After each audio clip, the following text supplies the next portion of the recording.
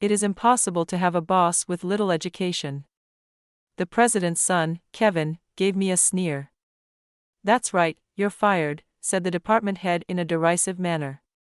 Both Kevin and the director of the department have repeatedly insulted me in this manner.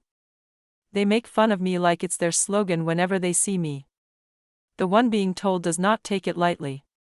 Even though the person saying it may not feel anything, I can no longer put up with this.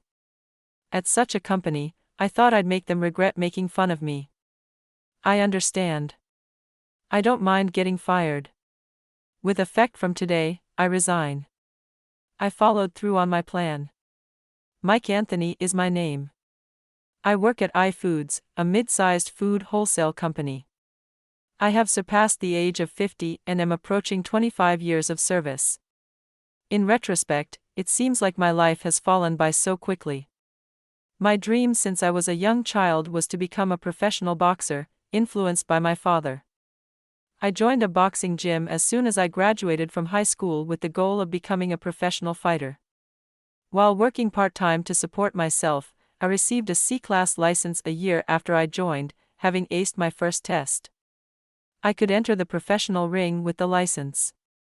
To put it another way, I started down the path to my dream. Since then, I have given boxing my complete attention while working. I consistently completed my road work and hammered the sandbag day in and day out. My goal was to get strong enough that I could earn a living only from boxing. I worked really hard with that in mind, but things didn't work out the way I had hoped. I kept winning and losing until I finally realized that 5 years had gone by. I wanted to take center stage and win a championship. I trained hard with that ambition in mind, but reality wasn't kind. Halfway through, I ended up hanging up my gloves. The identification of an eye condition was the cause. The doctor ordered me to retire since it was a problem that could impact my boxing career. I got careless and lost all hope of survival. Shortly after I retired, I lived a difficult life, lost and unsure of how to continue. I drowned myself in drink. I was at a turning point in my life, having barely completed high school. I was making ends meet by taking on odd jobs that anyone could perform. I was not proud of anything. An individual who owned a gym was my salvation. Worried about my simple life, he extended an offer of employment. That's how the gym owner introduced me to iFoods, the company I currently work for. At the time, the gym I was a member of was sponsored by Michael Jackson, the president of iFoods and a devoted boxing lover. I was fortunate enough to meet him. He is a man who is enthusiastic about helping boxers pursue second careers. My job is to visit producers to source ingredients and get them on the sales channel. I lacked education and professional skills, so I had to leverage my physical presence, tackling tasks head-on to build a track record. As I lacked professional manners, I initially faced rejection everywhere, but as I kept pushing on, people started to resonate. I realized that successful negotiations are not about superficial talk but about genuinely connecting with others. This approach paid off, and now I manage sales channels exceeding $500,000 a month. All these are bonds formed through heartfelt connections. Michael, the former president, always welcomed the contracts I brought in with open arms. "Mike, you're still pushing hard. Seems like your Boxing Day agility is still with you," he would say. "Thanks. My mind might be blank, but I've got to make a living with my legs and heart," I'd reply. Michael and I always shared a smile whenever we crossed paths at work. What worked out well for me was that Michael didn't place me in an existing department but allowed me to act freely as part of his direct team. He was considerate enough to think that integrating me with my limited professional experience into the organization might crush me. Thanks to that, I was able to act as I pleased and achieve a lot. However, this privileged situation disappeared with the change of president. Michael, who had taken a liking to me, stepped down due to health reasons. His eldest son, John, took over as president. Unlike Michael, who had built up the food industry from scratch, John was an elite who graduated from a top-tier university. Therefore, his way of thinking was fundamentally different from Michael's. John aimed to restructure the company into a more rational organization, eliminating all inefficiencies and exceptions. All Michael used to place people flexibly beyond organizational boundaries. John completely opposed this approach. With John's reforms, my free-roaming role was lost. Then I was assigned to the sales department. Previously, as part of the president's direct team, I wasn't closely managed, but under the department head's supervision, various restrictions were imposed on me. I, who had been freely visiting producers and achieving results, now had to constantly report where, when, and what I was doing, regardless of the outcomes. It's probably expected in the professional world, but for someone inexperienced like me, it started to feel suffocating. Yet, John allowed me some freedom. He probably realized that too many constraints would negate my strengths. He then created a new division called the Third Department in Sales and appointed me as its manager. So, I didn't have such a bad impression of John's presidency. It wasn't the freedom I had under Michael, but it wasn't too dismal either. However, 3 years after John took over, a situation I'd call a disaster struck. The head of the sales department was replaced by Steve. Steve was an extreme academic elitist. Before discussing sales performance or contributions to the company, he judged people by their education. With his high academic credentials, Steve would speak on equal terms with those of similar education and look down on those with lower qualifications. This bias extended to the company's hierarchy. Those above him were likely to rise, while harshly bullying those in lower positions. I became the perfect target for Steve. "Hey Mike, you don't know this? What college did you go to again?" "Oh right, just high school." Steve ridiculed me for being a high school graduate. He flaunted his knowledge and took the upper hand when he saw I didn't understand something. I think jealousy over my accomplishments played a part too. He couldn't stand that someone with far less education than him was appointed as a manager and receiving special treatment. "Hey, he used to be a boxer, right? Don't try to intimidate with your fists just because you're not smart," Steve would say. "I wouldn't do that," I replied, glaring back. "Oh whoa, don't look so scary. Better watch out, everyone. He's a boxer." Steve would stir things up and mock me in front of other employees. I struggled to suppress the rising anger and retorted, "I'm not fighting with my fists. I'm competing with my legs." I pointed to my head, saying that. I placed my fist against my chest. Then Steve glared at me, lowering his voice to intimidate. "Don't get cocky. You might have been favored under the previous president, but now that I'm in charge, no more special treatment." Until then, I had the freedom to visit any producer across the country. However, since Steve became the department head, I had to pay for all travel expenses myself unless I got his approval. For someone who built their reputation on legwork, this was a matter of survival. But this was just the beginning of the troubles. The next year, things got even worse. The president's son, Kevin, who got in through connections, was assigned to the sales department's third division that I managed. Kevin is a high-achieving elite adored by Steve. On top of that, he holds the unmatched title of the president's son. Being both an elite and the president's son, it's natural that he's considered the next president. Sensing this, Steve was all over Kevin, trying to win his favor. On the other hand, Kevin, flattered by Steve, was on cloud nine. "Kevin, you're in league with a top-tier university. You obviously have deep insights. It's a world of difference compared to some boxing fool," Steve would say. "Hey, Steve, who's the boxing fool?" "That tough guy over there trying to compensate for his stupidity with brute force," Steve would say, pointing at me. "Stay away, or stupidity might be contagious," Steve would badmouth me to Kevin, trying to instill a negative image. "You can't get into this company if you're dumb, right?" Steve asked. "You think so?" "But just a high school grad," Steve said, smirking. "Really? A high school grad as a manager? It's embarrassing to have a boss with just a high school diploma," Kevin said. "Exactly, the former president liked boxing, so he must have been a special hire, kind of a sympathy hire, if you will. And yet he clings to that favor," shamelessly overstaying his welcome, their conversation echoed through the quiet office. Steve spoke loudly, making sure I could hear, and Kevin matched his tone. Noticing my gaze, Steve smirked. I'm really worried, you know. Kevin, you've been assigned to the same third division as a boxing idiot without any consultation with me, the head. What on earth is the president thinking? Clearly, Steve was displeased with Kevin's assignment to the third division, but I felt the same. I didn't want to babysit some privileged kid. Dealing with a high-flying, well-connected elite was the last thing I wanted. To me, Kevin was nothing but a curse. Hey Mike, one day during lunch, as I was reading on my laptop, Steve called out rudely. His call was so rude that I approached with a scowl. Then Steve thrust his palm forward, apparently a signal to come no closer. I faced Steve with a resigned look. Listen, Kevin is not your subordinate. All right? Don't get it twisted, he said with a snide leer.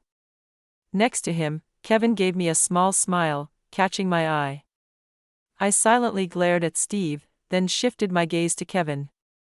Steve stepped between us. Be careful, Kevin. This dumb boxer is quick to throw a punch.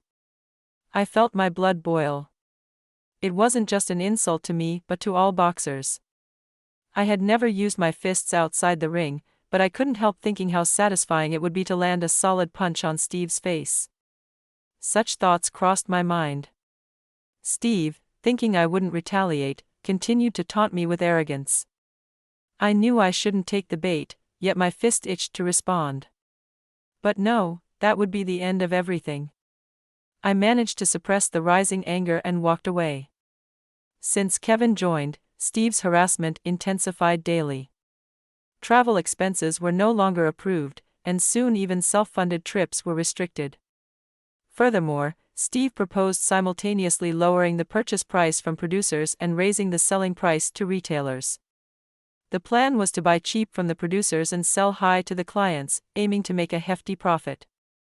If we do that, we'll lose all the trust we've built, I protested fiercely. Trust? Don't make me laugh.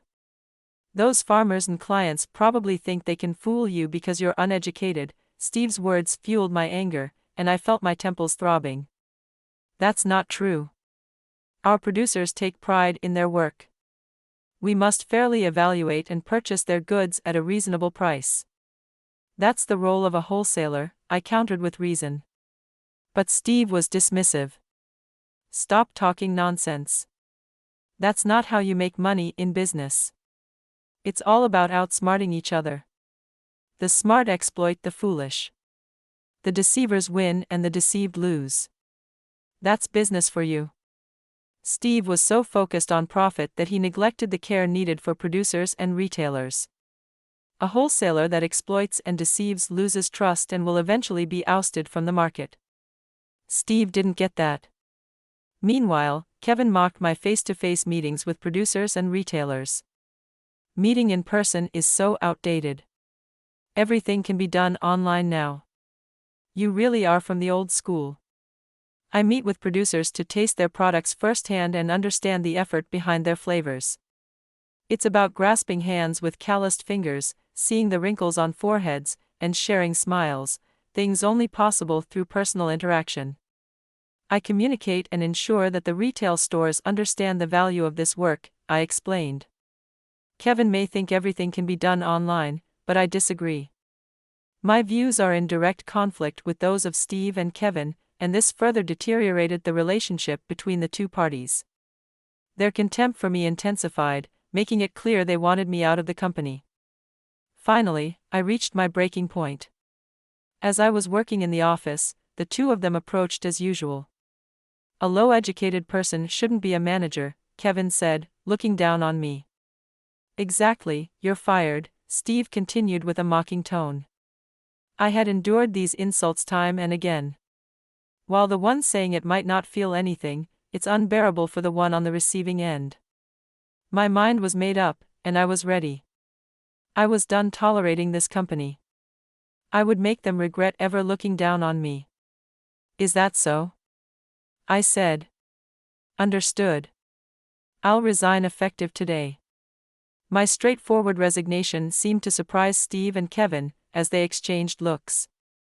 Then their expressions relaxed and they burst into laughter. So you're quitting? Finally, we're free from a low-educated idiot, they rejoiced. Watching the two rejoice, I felt a sense of despair. But it wasn't for my future, it was despair for Steve, Kevin, and perhaps the future of this company. I submitted my resignation that day and put into motion the plan I had prepared before resigning. 3 months before resigning, I had a meeting with a contact from a company. This company operates a supermarket chain called S-Market, which is part of V Holdings.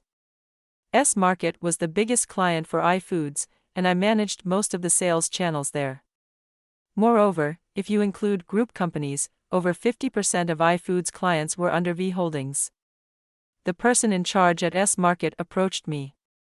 They noticed my role as a bridge between producers and retailers and suggested that I consider changing jobs. If producers and retailers could connect directly, it would cut the intermediary margins paid to wholesale companies. Some of that saved money could then be passed back to the producers, benefiting both sides. This was S-Market's proposal. However, establishing connections with top-notch producers is no easy task. It requires keen judgment and a trustful relationship with the producers. You won't understand their growing environment, peak seasons, or whether they use pesticides without visiting them in person. That's why they targeted someone like me, who is well versed in these matters. I agreed with S-Market's approach and was positively considering it, waiting for the right moment. Exiting the wholesale stage would mean negotiating directly with the producers and arranging for distribution. Without careful planning and understanding, the project could falter. But I had built up trust over many years, which allowed me to prepare without much difficulty. And when everything was ready, the moment came. A month after resigning, I received a call from Steve. "Mike, what the hell have you done?" Steve's voice was furious. "What happened?" I knew what was going on but pretended to be unaware. "Don't play dumb. You told the farmers to stop shipments, didn't you?" He was right. After moving to the U.S. market, I had contacted all the farmers I dealt with and had their shipments go to iFoods instead. They would purchase directly from them. "Is that so?" Steve said, his voice dripping with frustration. "That's unfortunate, but isn't that the farmer's decision? If there's someone willing to pay more, changing suppliers is just logical," I responded calmly, aggravating Steve further. "I'm not talking about 1 or 2 cases. It's strange that all the farmers you were in charge of stopped at once," Steve ranted in frustration. No amount of yelling from Steve could faze me anymore. I calmly assessed the situation that was bound to happen and spoke the lines I had prepared. That's all there was to it. If I were the one calling the farmers and they agreed to it, would there be any problem with that?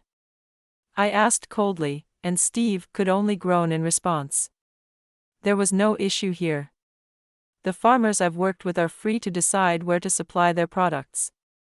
I've dealt with producers based on a relationship of trust.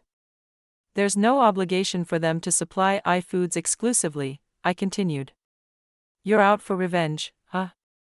You're doing this because we made fun of you? Steve sneered. Maybe I'm not as smart as Kevin, so I wouldn't know. My casual remark fueled Steve's anger even more. You don't mock me. Call the farmers now and get them to ship the products or else, Steve ordered. Or else what will happen? I asked. Or else we'll never buy from them again. Tell that to the farmers. Steve's arrogance was astounding. Did he really think he was at the top of the food chain? It's not about buying from them, it's please sell to us, I thought. He doesn't understand that he looked down on the farmers, the very starting point of the food chain.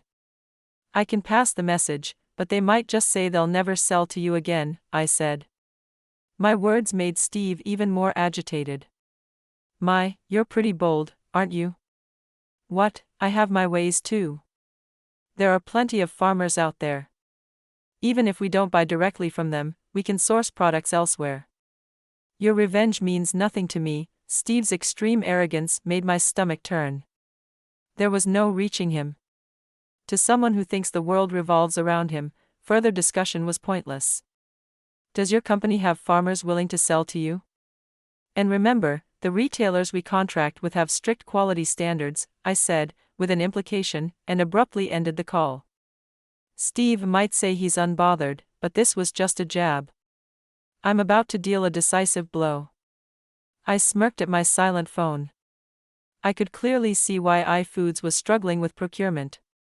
This was evident as the volume of food being delivered to our market had drastically decreased. There is a purchase agreement between this market and iFoods preventing unilateral termination until the contract expires. However, if iFoods can't supply enough, the situation changes. I had been waiting for this moment, and then I'll notify Steve of the contract termination. Sales Manager Steve, right? I'm Mike, now the head of procurement at S-Market. I called from my personal phone, not using the company line. Mike, why are you at S-Market? Steve asked. I've changed jobs since I was fired from iFoods, I said. Steve's response faltered momentarily. He must be desperately trying to sort out his thoughts amid the confusion. I quickly moved to the main topic. I intend to discuss terminating our contract with your company. When would be convenient for you? Steve flustered and interjected. Wait, what? Why are we talking about terminating the contract all of a sudden? And why do I have to hear this from you? I spoke calmly to the unsettled Steve. I'll explain in detail later. For now, could you just tell me when you're available? His confusion was palpable. It was understandable that Steve found it hard to grasp that I, whom they drove out for being undereducated, had moved to a client company. For Steve, this must be an unexpected scenario, but I was the one making it happen. Unable to organize his thoughts, Steve agreed to my visit. He probably couldn't refuse since I wanted to meet in person. Soon after, I headed to iFoods, entering their headquarters building as an employee of S-Market. It felt like stepping into enemy territory. It sent a shiver down my spine. Once in the conference room, after a while, Steve and Kevin appeared. Since Kevin was there simply as the president's son, his presence here hardly mattered. But this situation was convenient for my revenge. Let's proceed with the termination of the contract. I started the meeting by handing over my business card and cutting to the chase. Wait a second. We'll talk about that later. First, tell me why you're with S-Market. Panic was evident on Steve's face. Beside him, Kevin looked utterly perplexed, observing the unfolding events. This was a perfect opportunity to teach this novice the harsh realities of the business world. I first questioned Steve's demeanor. Steve, you were an elite with a high education, weren't you? Then I would expect you to at least adhere to business etiquette. Calling someone from a client company and demanding answers so rudely doesn't seem very professional, does it? Steve frowned but offered no apology. He didn't want to acknowledge me as a representative of a client company. Kevin next to us sported a smug smile, peering at Steve's face. Apparently, he felt no tension in the situation. Well, it seems manners and education are two different things, I said, casting a quick glance at Steve. I then recounted my transition to S-Market, how I was tormented for being undereducated, my growing doubts about iFoods' greed, the realization that direct transactions between retailers and producers could cut costs, and how Steve repeatedly told me I was fired. I poured out all my thoughts and shared how I was scouted by S-Market. That's funny, isn't it? Kevin interjected suddenly. You got mad at Steve for belittling you, so you switched to a client company, and now you're cutting off the contract as payback. Hilarious. I gave Kevin a stern look, but he just kept grinning. He didn't seem to grasp the implications of our contract termination. What a foolish rookie. Steve, just end the contract with this company already. We can manage without them, right? Restaurant S, Store S, Processed Foods S, Dairy, plenty of other clients. Dropping one contract should be no big deal, Kevin said. Frustration was evident in Steve's eyes as he glanced at Kevin. Those are all part of the S-Market umbrella, Steve muttered, his shoulders slumping. Really? Kevin exclaimed in surprise, completely taken aback. I'm utterly speechless at his ignorance. This novice doesn't even know our company's clients properly. If S-Market pulls out, its affiliated companies will likely follow suit in terminating the contracts. That means iFoods would lose sales channels comprising 50% of the total transaction volume. But we can just find new ones, right? It's totally doable, Kevin said, patting Steve's shoulder. Steve brushed his hand away. The gravity of the situation seemed to have finally hit Steve, leaving him without the energy to correct Kevin. So I explained it for them. With all due respect, even if you secure new sales channels, you can't do business without products to sell, I said. Steve gave me a puzzled look, shooting a sharp glance my way. I continued pressing my point. Our company has directly contracted not only with the rice, vegetable, and fruit farmers previously associated with the head office, but with all the producers I was involved with. In other words, your company has lost not just the sales channels, but also the supply sources. As I spoke, Kevin's eyes darted around nervously. That's unbelievably bad, he finally realized the severity.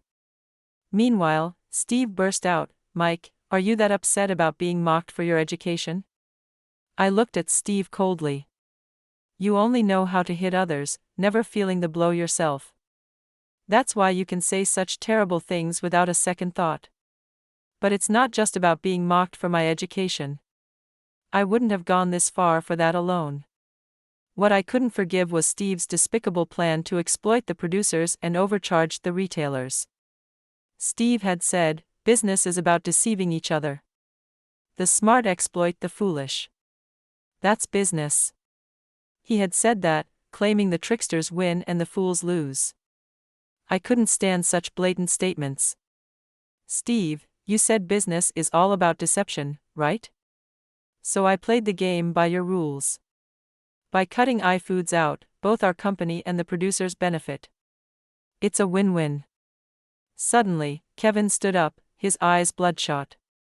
He then stormed out of the conference room. Steve was shaking slightly, looking for a chance to counter, but he was speechless. Eventually, the matter escalated beyond the sales director's level, and the president stepped in to negotiate. My explanation ends here, I concluded in the president's office, laying out the entire saga to President John. I reported everything, including the harassment from Steve and Kevin during my time at iFoods and how Steve disdained producers and retailers. As my narrative unfolded, the president's expression grew stern, and he reached his limit. Get Steve and Kevin in here now, an irritated John demanded over the intercom.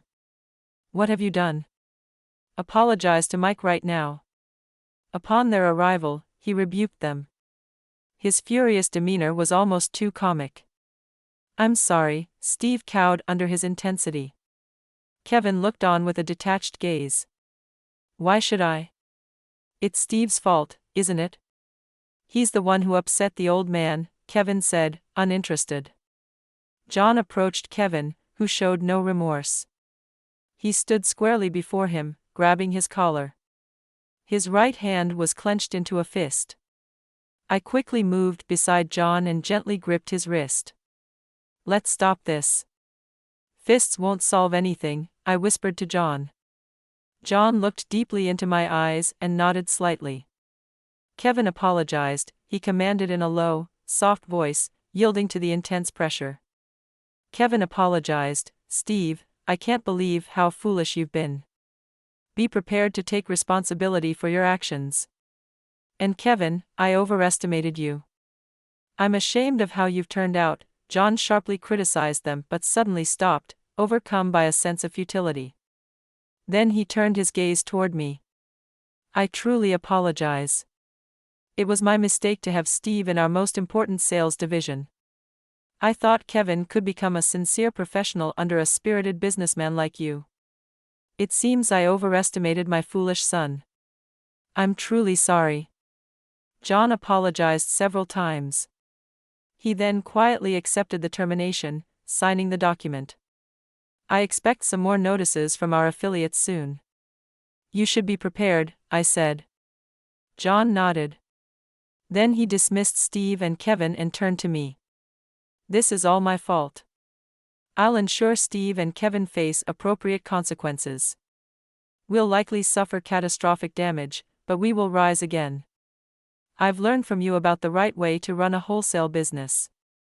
Leaving the president's office, I saw John with a lonely smile. I wondered what punishment Steve and Kevin would face. While imagining this, a faint pain throbbed in my chest as I pictured John's face. It was reminiscent of the emotions felt after a boxing match when exchanging handshakes with an opponent I had thoroughly defeated. iFoods, having lost a major client, temporarily ceased operations. Many employees were forced to find new jobs, with some being accepted by S-Market and S-Holdings group companies. Faced with an existential crisis, iFoods drastically downsized to pave its way to recovery. John planned to rebuild from scratch, establishing new procurement and sales channels. Naturally, Steve was not part of these plans. He was dismissed for his actions. Kevin, being his son, wasn't abandoned but was set for rigorous retraining. Rumor has it that he's now enduring the harshness of life on a tuna fishing boat, a world where academic credentials hold no sway. This might be the necessary lesson for someone like Kevin. However, it's highly doubtful he can withstand such extreme conditions. Yet once on the fishing boat, there's no quick return. No matter how difficult it gets, there's nothing to be done about it. After switching jobs to S-Market, I was transferred to overseas procurement for the entire S-Group holdings. My position remains as a manager, but moving from a company under the group to overseeing the entire group division is essentially a promotion. I'm now on a special mission to source the finest ingredients, traveling across the USA. My salary has significantly increased, and I've gained the freedom to act as I please. I've come full circle, able to do the job as I used to. I confront producers directly, taking on all their hardships to procure ingredients and deliver the treasures produced through hardship to consumers in the best possible state. That's the mission given to me.